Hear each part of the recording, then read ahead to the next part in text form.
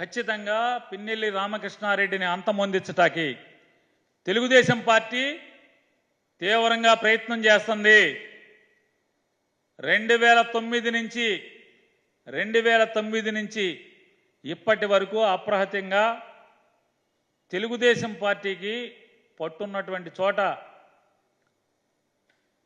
వైఎస్ఆర్ కాంగ్రెస్ పార్టీకి బలమైన పునాదులు వేసి 2009లో 2012 బై ఎలక్షన్లో 2014లో తెలుగుదేశం పార్టీ అన్ని చోట్ల గెలిచినప్పటికి కూడా, పల్నాడులో చాలా చోట్ల గెలిచినప్పటికి కూడా, కానీ మాచర్లలో తన పట్టు నిలుపుకొని 2019లో మళ్ళీ గెలిచి 2024లో కూడా మళ్ళీ గెలవబోయే పరిస్థితుల్లో ఈ రకమైనటువంటి అంటే మనిషిని అంతమొందించాలని తెలుగుదేశం కుట్ర పనితే, ఆ కుట్రకి ఎవరెవరైతే సహకరిస్తున్నారో సహకరించేటువంటి ప్రతి పోలీసు కూడా అనుభవించాల్సిన పరిస్థితి వస్తుంది. ఏం మాట్లాడుతున్నాం? ధర్మంగా ఉండమని చెప్తున్నాం. నీ ఇష్టం. వైఎస్ఆర్ కాంగ్రెస్ పార్టీ తప్పు చేస్తే తాట తీ, తెలుగుదేశం పార్టీ తీస్తే తాట తీ.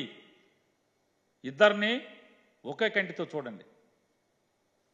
ఎవరెవరైతే ఈ పల్నాడు ప్రాంతంలో లేదా అనంతపురం ప్రాంతంలో దుర్మార్గంగా పోలీసు వ్యవస్థని చెడ్డ పేరు తీసుకొచ్చేటువంటి, కాకి బట్టలకి నికార్సుగా కరుకుగా ఉండాల్సినటువంటి కాకికి చెడ్డ పేరు మచ్చలు తీసుకొచ్చేటువంటి అధికారులందరూ కూడా గట్టిగా ఈ సమాజం మిమ్మల్ని నిలేసే రోజు తొందరలోనే ఉంది అని చెప్తూ, ఇంకా దారుణమైంది ఏంటంటే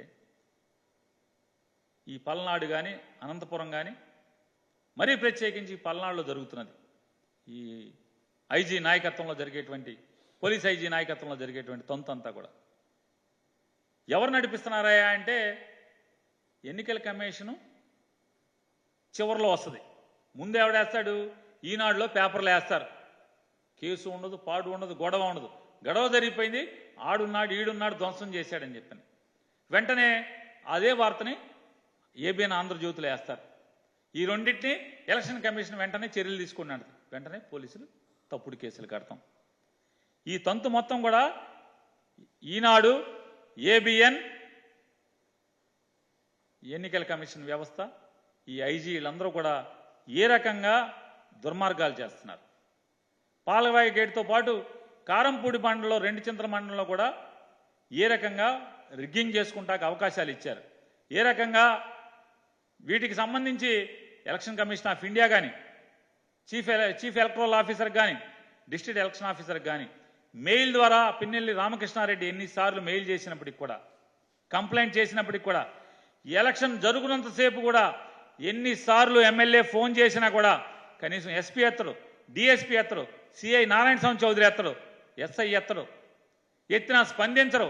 అయ్యా ఇట్లా అక్కడ ధ్వంసం జరుగుతుంది, దుర్మార్గం జరుగుతుంది, పోలింగ్ బూత్ల దగ్గర గొడవలు చేస్తున్నారు, ఎవరిని రానివ్వకూడదంటే స్మూత్గా ఉండి అల్లర్లు లేని చోట ఒక్క గొడవ కూడా నమోదు కాడినటువంటి పోలింగ్ స్టేషన్ల దగ్గర ఇది ఆన్ రికార్డ్ పోలీసులు పదుల సంఖ్యలో పారామిలిటరీ బలగాలు ఉంటాయి. గొడవలు జరుగుతాయి. ఎమ్మెల్యే 8వ తారీఖునే ఎక్కడెక్కడ బూతుల్లో గొడవలు జరుగుతాయో మొత్తం అంతా కూడా రాతపూర్వకంగా ఎస్పీకి కంప్లైంట్ ఇచ్చాడు, ఐజీకి కంప్లైంట్ ఇచ్చాడు, మెయిల్స్ పంపించాడు, ఎలక్షన్ కమిషన్కి మెయిల్స్ పంపించాడు. ఆ బూతుల్లో ఎక్కడ కూడా ఒక హోంగార్డు, ఒక కానిస్టేబుల్